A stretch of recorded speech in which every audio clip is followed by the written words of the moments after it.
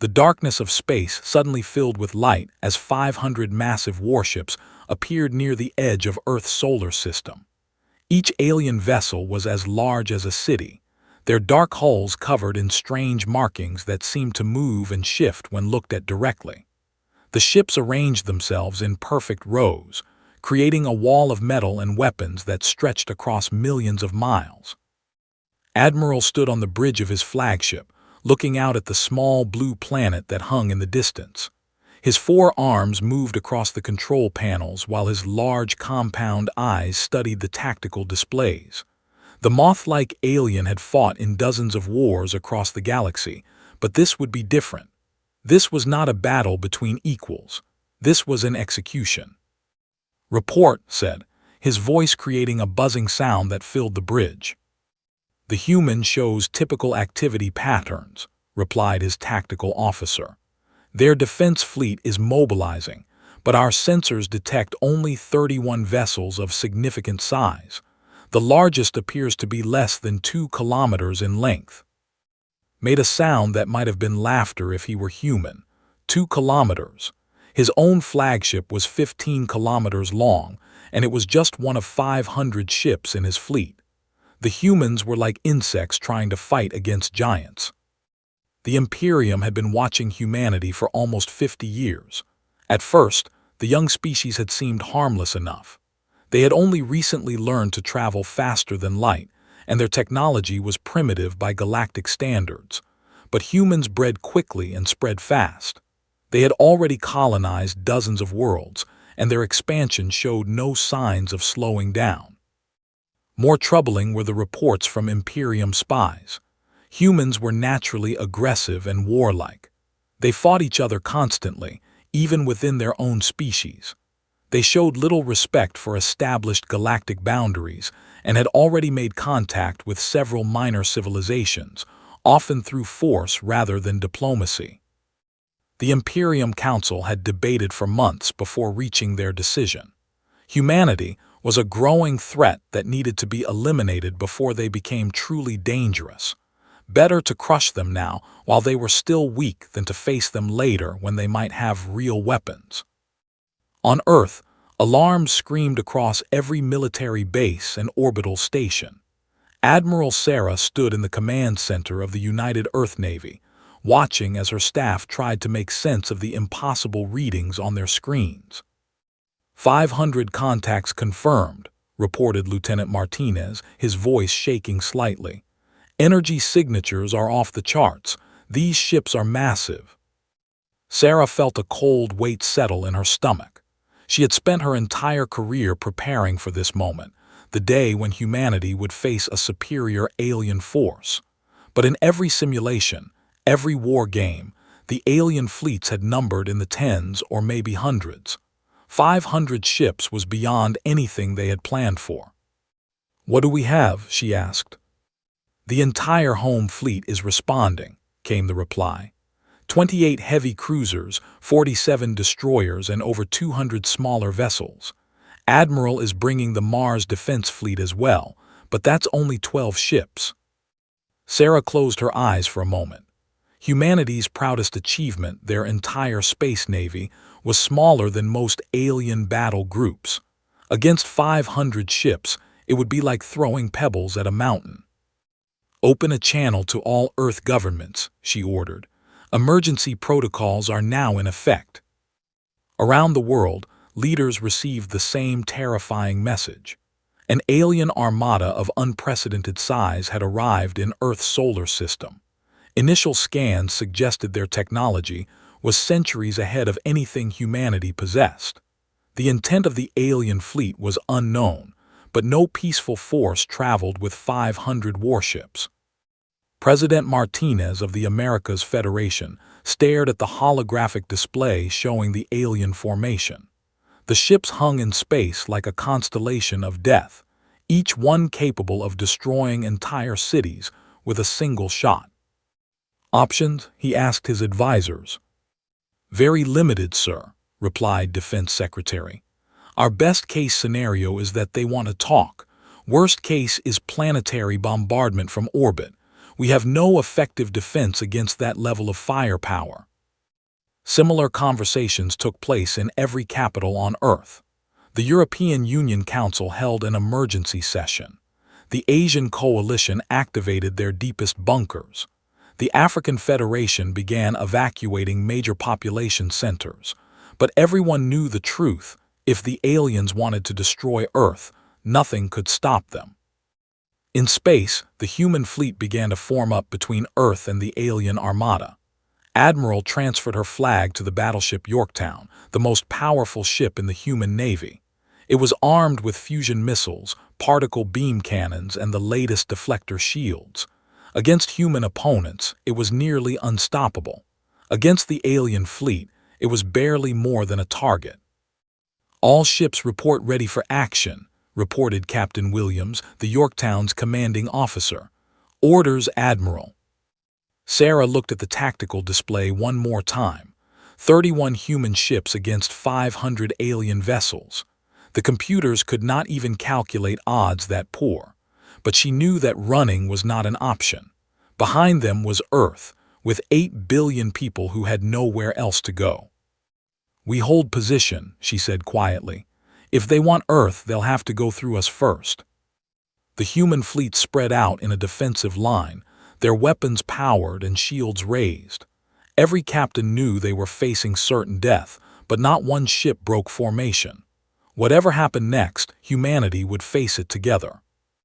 In the alien flagship, studied the human response with interest. He had expected the primitive fleet to either flee or surrender immediately. Instead, they had positioned themselves for battle, despite the impossible odds. Perhaps there was more to these humans than initial reports had suggested. "Shall I order the attack?" asked his weapons officer. "Not yet," replied. "First, we will give them a chance to surrender. Even insects deserve the opportunity to choose their fate." The alien admiral activated the communication systems, preparing to deliver humanity's ultimatum. In a few moments, the humans would learn their choices: submission or extinction. Either way, the threat they represented would end today. The alien message came through on all frequencies at once. Every radio, television, and communication device on Earth suddenly carried the same transmission. The voice was mechanical, translated by alien computers, but the words were clear and cold. "Primitive humans of the third planet, I am Admiral of the Imperium. Your species has been judged a threat to galactic stability. You have 2 choices: surrender completely and accept slavery under the Imperium, or face total extinction. You have 1 rotation of your planet to decide. Choose wisely." The transmission ended, leaving Earth in stunned silence. In the United Nations Emergency Chamber, representatives from every nation on Earth gathered for what might be humanity's final decision. The room buzzed with frightened voices speaking dozens of languages, but the fear was universal. Secretary General Williams called for order. "We all heard the message. We have 24 hours to make a choice that will determine the future of our entire species. The floor is open for discussion." The Chinese representative stood first. "We must be realistic. 500 ships against our small fleet means certain military defeat. Perhaps slavery is better than extinction. Our people could survive." "Survive as what?" shouted the American delegate. "As pets, as workers in alien mines. That's not survival, that's living death." The Russian ambassador leaned forward. "My government has run computer models. Even with our most optimistic projections, we cannot win a military engagement. We might destroy 10 or 20 of their ships before being wiped out completely." "Then we make those 20 ships count," said the Brazilian representative. "Better to die free than live as slaves." The debate continued for hours. Some nations argued for surrender, believing that any life was better than no life. Others demanded resistance, claiming that freedom was worth more than survival. The African coalition proposed trying to negotiate, seeking some middle ground between slavery and war. Admiral listened to the arguments from the military command center. Through the window, She could see the lights of cities across the globe, billions of people going about their lives while politicians decided their fate. Children were being born right now who might never see their first birthday. Families were having dinner together for what could be the last time. "What do you think, Sarah?" asked General, head of Earth's combined military forces. "I think we're asking the wrong question," she replied. "We're debating whether to fight or surrender, but we should be asking what kind of species we want to be. Do we want to be the humans who gave up when things got hard, or the humans who stood up against impossible odds?" President Martinez appeared on the communication screen. "Admiral, if we choose to fight, how long can you hold them?" Sarah looked at the tactical display showing the alien formation. "Honestly, maybe an hour. Their technology is centuries ahead of ours, but I can promise you this, we'll make them pay for every minute of that hour." As the debate raged on Earth, the human fleet maintained its position between the planet and the alien armada. Captain Williams walked through the corridors of the Yorktown, stopping to talk with crew members. These men and women had volunteered to serve in humanity's navy, but none of them had expected to face odds like this. In the engineering section, Chief Engineer was running final checks on the fusion reactors. "How are we looking, Chief?" Williams asked. "All systems running at peak efficiency, sir. If we're going out at full power." In the weapons bay, Gunnery Sergeant supervised the loading of the ship's most powerful missiles. "Think we can take a few of them with us, Sergeant?" Looked up from her work. "Sir, these missiles were designed to crack planetary defense stations. If we can get close enough, we'll hurt them." Similar conversations were taking place throughout the fleet. Despite the impossible odds, morale remained high. The crews understood what they were facing, but they also understood what they were protecting. On the alien flagship, monitored human communications with growing interest. His translators were working overtime to decode the thousands of messages flowing between Earth's governments and military forces. What he found surprised him.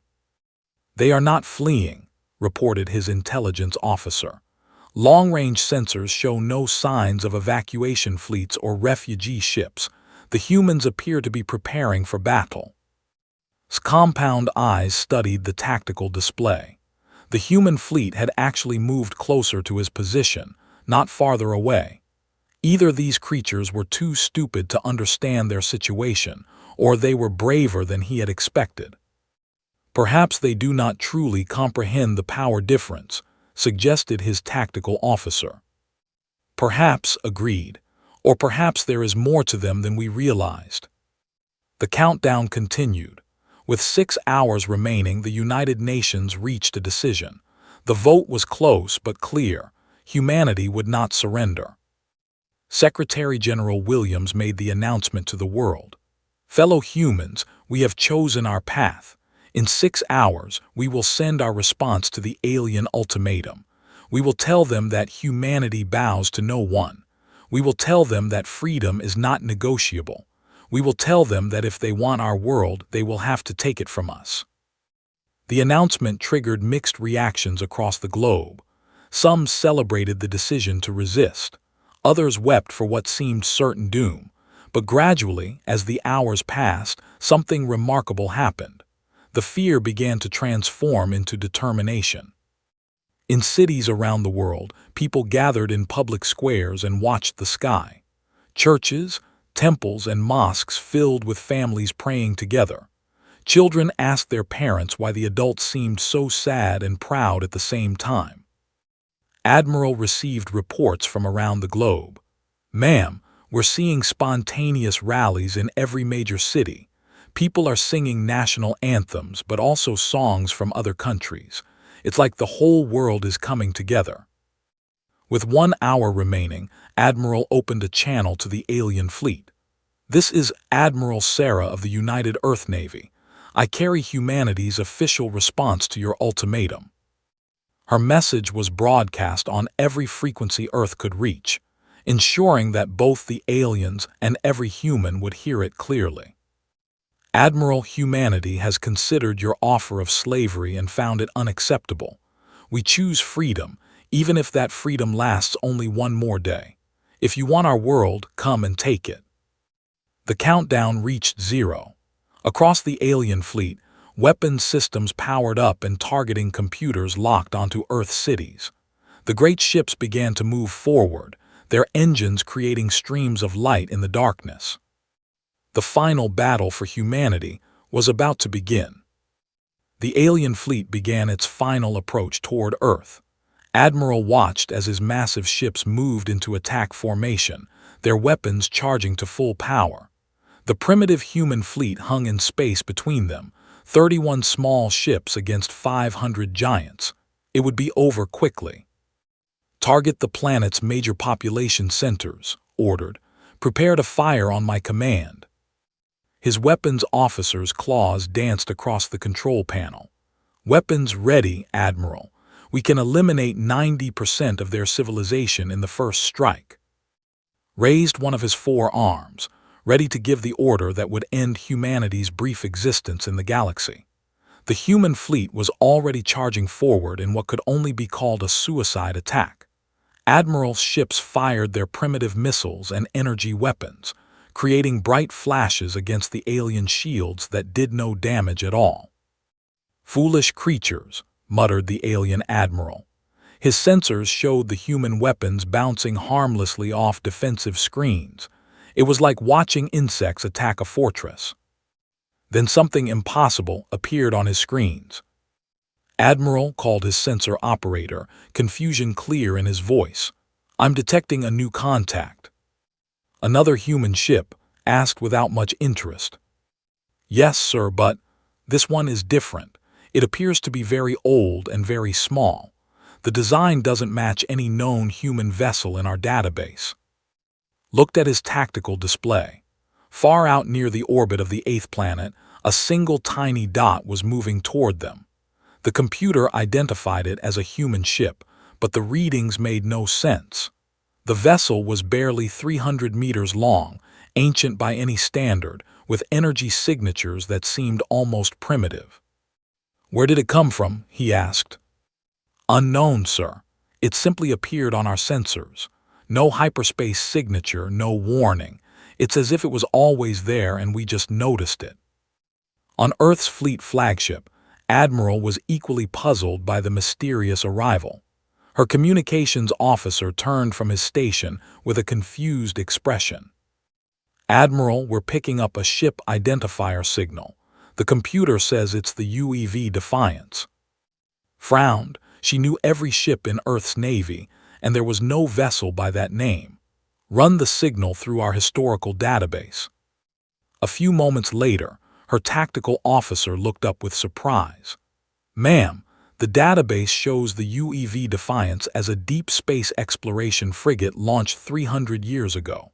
It was declared lost with all hands after disappearing during a survey mission near the outer system." "That's impossible," muttered. "Even if the ship somehow survived, there's no way the crew could still be alive after 3 centuries." But the sensor readings were clear. A single, ancient human frigate was approaching the battle zone at speeds that should have torn its hull apart. The ship's fusion drives were running at power levels that would have been impressive for a modern vessel, let alone something 3 centuries old. Admiral studied the approaching ship with growing curiosity. It posed no threat to his massive fleet, but something about its behavior was strange. The ancient frigate wasn't trying to join the human battle line or flee to safety. Instead, it was heading directly toward his flagship. "Admiral," reported his communications officer, "the small ship is transmitting on multiple frequencies. The message appears to be directed at us." "Put it through," ordered. The voice that came through the speakers was clearly human, but there was something different about it. It seemed deeper somehow, with strange harmonics that made the translation software struggle to process it properly. "Unknown vessels, this is Captain of the United Earth Vessel Defiance. You are operating in violation of Terran-protected space under the authority of the predecessor compact. Withdraw immediately or face immediate consequences. His compound eyes clicked in confusion. Terran protected space, predecessor compact. Search our databases for any reference to these terms. His information officer worked quickly through the Imperium's vast historical records. Nothing, Admiral. No mention of any such compact or protected zone designation. The ancient human ship continued its approach, still transmitting its strange warning. Admiral tried to contact the vessel, but received no response to her communications. The Defiance seemed focused entirely on the alien fleet. Analysis of the approaching vessel, requested. Estimated mass is approximately 50,000 tons, his tactical officer reported. Primitive fusion power plant, basic projectile weapons, minimal armor. It poses no significant threat to our fleet. Then why do I feel uneasy about it? Muttered to himself. The Defiance reached weapons range and did something that made every sensor operator on both fleets check their instruments twice. The ancient frigate began to fade, becoming translucent like a ghost ship. Energy readings fluctuated wildly as the vessel seemed to phase partially out of normal space. What kind of technology is that? Demanded Admiral. Her science officer stared at his readings in disbelief. I have no idea, ma'am. According to our sensors, the ship is simultaneously there and not there. It's operating on principles we don't understand. The ghostly frigate passed through the alien formation without firing a shot. Massive warships tried to target it, but their weapons passed harmlessly through the translucent hull. The Defiance moved like a phantom among giants, untouchable and mysterious. When it emerged on the far side of the alien fleet, the ancient ship became solid again. But it had changed.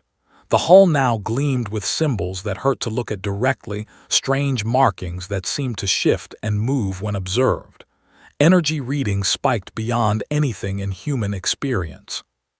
Captain's voice came through the communications again, but now it carried additional harmonics that seemed to bypass normal hearing and speak directly to the listener's mind. Final warning, the voice said. This star system is under predecessor protection. The species developing on the third planet are not to be harmed. Withdraw your forces or face the judgment of the Guardians. Felt something he had never experienced before in his long military career. Genuine fear. Not fear of death or defeat, but fear of something vast and ancient that he didn't understand. What are predecessors? He demanded of his officers. What are guardians? Unknown, sir, came the reply. But long-range sensors are detecting energy signatures consistent with additional ships approaching from the outer system. The readings are unusual. On the tactical display, new contacts began to appear. Ships of designs that matched no known technology, vessels that seemed to be made of crystallized light or living metal. They moved without visible engines and showed energy patterns that explanation. Admiral watched in amazement as the alien fleet, moments before unstoppable in their advance toward Earth, suddenly slowed their approach. The massive ships that had terrorized humanity seemed hesitant, even afraid. The Defiance continued its slow patrol around the alien formation, its strange new symbols pulsing with soft light. Captain's voice filled the silence. 3 centuries ago, my crew and I discovered the truth about this star system. We learned why Earth sits at the center of what appears to be empty space, but is actually an ancient protective grid. We learned why humanity evolved here, in this exact location, under the watching eyes of powers older than your entire civilization. More ships continued to appear on the sensors, dozens of them, then hundreds. Each one was unique in design, as if built by completely different species using technologies that seemed more like magic than science. The test has begun, Captain announced. Humanity's trial by fire will determine their future, but you, Admiral of the Imperium, have violated laws older than your star. The question now is whether you will retreat with honor or face the consequences of your actions. For the first time in his career, Admiral hesitated. His massive fleet, which had seemed invincible moments before, now felt small and vulnerable in the growing presence of these mysterious guardian ships. The battle for Earth had taken a turn that no one could have predicted. The space around Earth had become a gathering place for ships that understanding. Vessels made of what looked like living crystal floated alongside others that seemed to be constructed from pure energy. Some appeared ancient beyond measure, while others looked so advanced they might have been built yesterday by gods. Admiral stared at his tactical displays in growing horror. His fleet of 500 ships, which had seemed so powerful just moments before, was now surrounded by nearly 1,000 guardian vessels. Each one showed energy readings that exceeded anything in technology. "Sir," his communications officer reported with a trembling voice, "the human ship is transmitting again. This time, the signal is being broadcast to our entire fleet." Captain's voice filled the bridges of every ship, human and alien alike. When he spoke, the words carried weight that seemed to come from vast age and terrible knowledge. "Admiral, your species faced this same choice long ago. When the first reached for the stars, you discovered the ruins of the predecessor civilization. You found their technology, their knowledge, and their warnings. But you chose conquest over guardianship, domination over protection." In his flagship, felt his compound eyes widen in shock. The existence of the predecessor ruins was one of the most closely guarded secrets in history. Only the highest levels of the Imperium knew that their advanced technology had been stolen from ancient archaeological sites. "How does this creature know our history?" he whispered. Captain continued his impossible broadcast. "The predecessors were not a single species, Admiral. They were what your people could have become, and what humanity might still choose to be. They were the survivors of 1,000 different worlds, united in a single purpose: to nurture new forms of consciousness and protect them until they were ready to join the cosmic community." On Earth's flagship, Admiral listened in stunned silence as the ancient captain revealed secrets that no human should have known. "Earth is not humanity's first world," explained. "It is their testing ground. For millions of years, the predecessors have guided evolution on this planet, ensuring that each new species that develops here faces the same crucial choice. Will they become guardians and protectors, or will they choose the path of conquest and destruction?" The tactical displays showed more guardian ships arriving every minute. Some looked like they might have been built by species similar to humans, while others were so alien they seemed to exist in more dimensions than the eye could follow. "300 years ago," continued, "my crew and I were investigating gravitational anomalies in the outer system. What we found changed everything. We discovered the predecessor installation, hidden in a pocket of folded space near the orbit of your 9th planet. The beings we met there offered us a choice." Admiral felt her heart racing as the revelation unfolded. The official records showed the Defiance had been lost during routine deep space exploration. If Captain was telling the truth, Earth's government had been lied to for 3 centuries. "The predecessors explained Earth's true purpose," said. "Every few million years, they guide the evolution of a new species on this world. Some become guardians and join the cosmic community. Others fail the test and are gently relocated to other worlds where they can develop naturally without threatening others." His tactical officer turned from his station with fear in his eyes. "Admiral, I'm detecting massive energy buildups throughout the Guardian fleet. If they attack, our shields won't even slow them down." "But some species," continued, his voice taking on a darker tone, "choose neither path. Some, like the steal predecessor technology and use it to build empires based on conquest and slavery. These species are allowed to spread across the galaxy, but with strict limitations. They may never approach a nursery world. They may never interfere with a developing species." The revelation hit like a physical blow.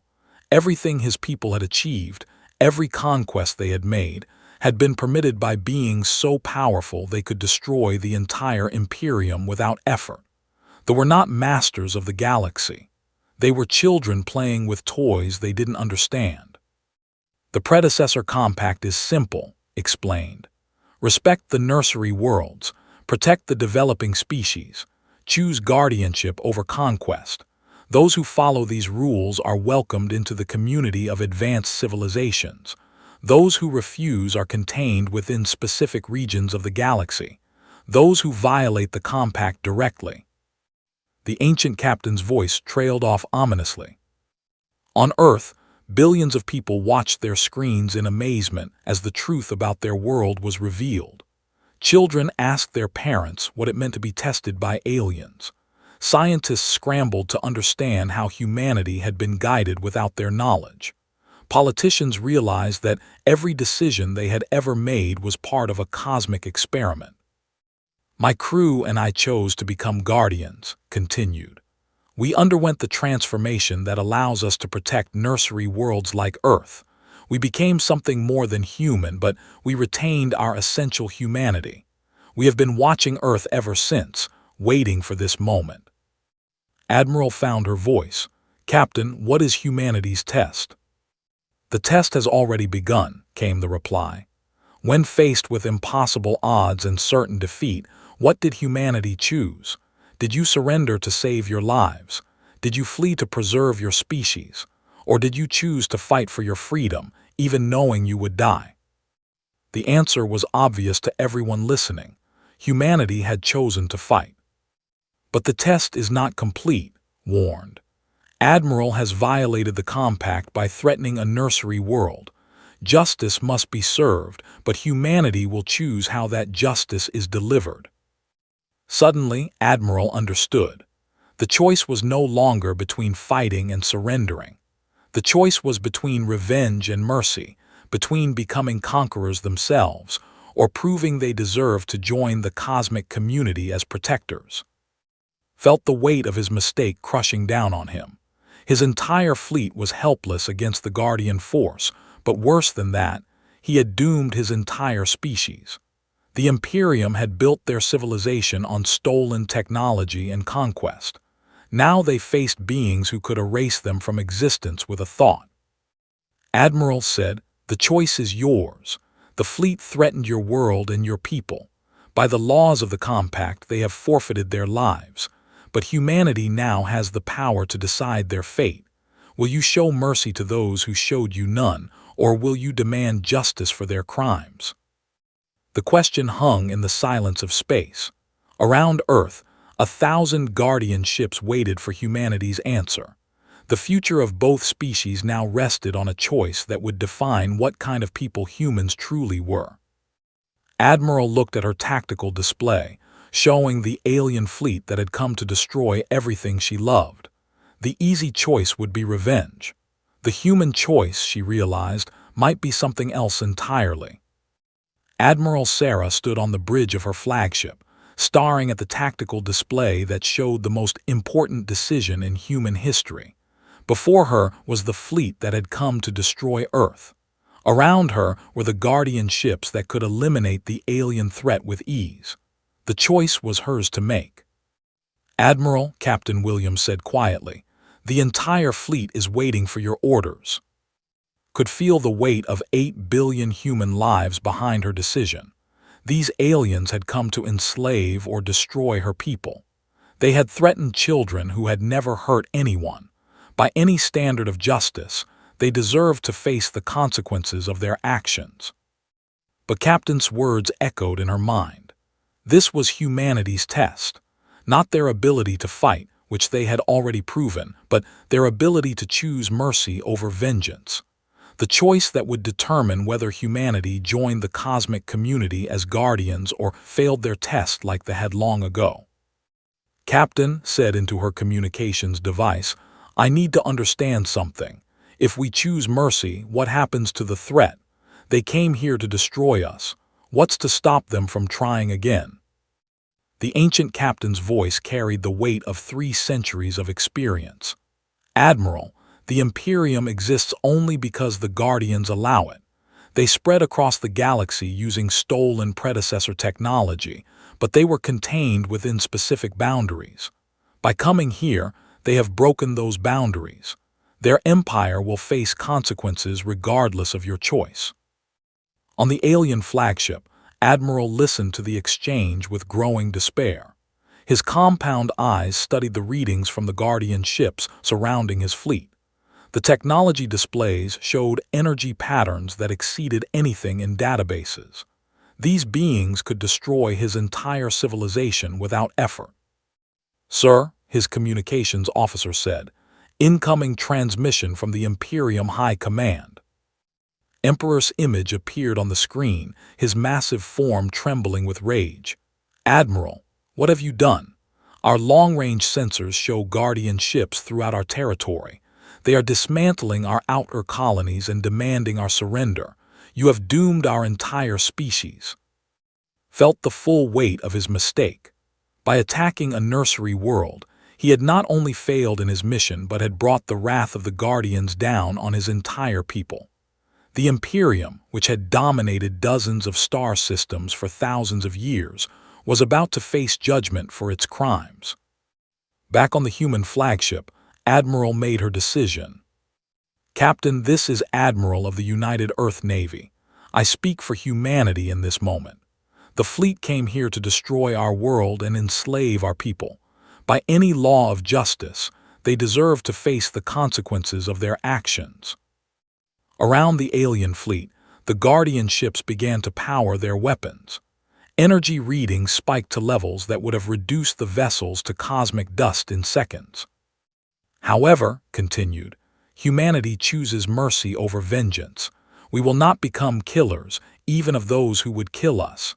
Disable their ships and remove their ability to cause harm but spare their lives."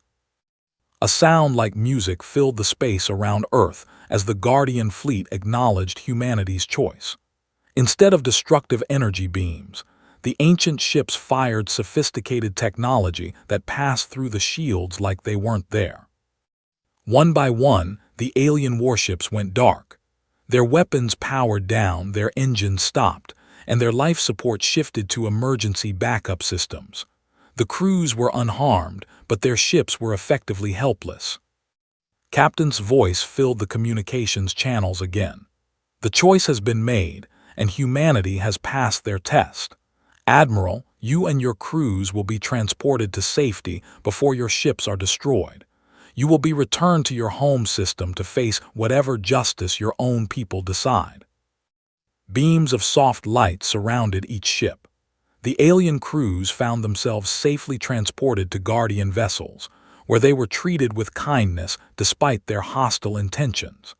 Admiral found himself on a ship made of what appeared to be crystallized starlight, facing a being that might once have been similar to his own species. "Your empire is ended," the Guardian explained in a voice like distant thunder. "But your people will survive. You will be relocated to a single star system where you can rebuild your civilization without the stolen technology that made you conquerors. Perhaps in time, your descendants will learn to choose differently." The empty warships were carefully dismantled by Guardian technology, their dangerous weapons and stolen predecessor devices removed. The metal and basic materials were recycled, but the tools of conquest were destroyed forever. On Earth, Captain's final transmission reached every human on the planet. "People of Earth, you have proven yourselves worthy of joining the cosmic community. You chose to fight when faced with impossible odds, showing courage in the face of certain death. But more importantly, you chose mercy when given the power of revenge. This is the wisdom that makes a species ready to become guardians." Around the world, humans watched in wonder as some of the Guardian ships descended toward Earth's surface. The vessels landed gently in major cities, and beings emerged that represented dozens of different species from across the galaxy. They looked nothing like humans, but their peaceful intentions were clear. Humanity will now face a choice that every guardian species has faced, continued. Some of your people may choose to undergo the transformation and become cosmic protectors, traveling among the stars to watch over other developing worlds. Others may remain on Earth to guide and protect your own continuing evolution. Admiral felt tears in her eyes as she realized the magnitude of what had happened. Humanity had not only survived their first contact with an aggressive alien species, but had proven themselves worthy of joining something greater than they had ever imagined. The Defiance appeared alongside her flagship, no longer the ghostly phantom it had been during the battle. Captain and his crew were visible through transparent walls, changed by their 3 centuries of service, but still recognizably human. Admiral said, "Earth will remain protected, but humanity's real journey is just beginning. The galaxy is vast and ancient, filled with wonders and dangers that you can barely imagine. But now you'll face them as guardians rather than conquerors, as protectors rather than destroyers." Around Earth, the Guardian fleet began to disperse. Some ships headed toward the outer system, returning to their eternal patrol. Others set course for distant stars where new species were taking their first steps toward the cosmos. But dozens of vessels remained in orbit around Earth, their crews ready to welcome humanity into the community of advanced civilizations. The process would take years, perhaps decades, as humans learned about the galaxy they were now part of. But the hardest part was over. Humanity had faced their test and proven themselves worthy of the stars. As Admiral watched the sun rise over Earth's horizon, she knew that this was not the end of humanity's story, but the beginning of their greatest chapter. The galaxy was calling, and humanity was finally ready to answer. In the depths of space, the UEV Defiance and its sister ships returned to their endless patrol, watching over other worlds where new species were learning to reach for the stars. Somewhere among those distant suns, another species would soon face their own test, their own choice between conquest and guardianship. The cycle continued, as it had for millions of years, guided by the wisdom of those who chose to protect rather than destroy. And now, humanity was part of that ancient calling, ready to help guide the next species toward their own moment of choice among the stars.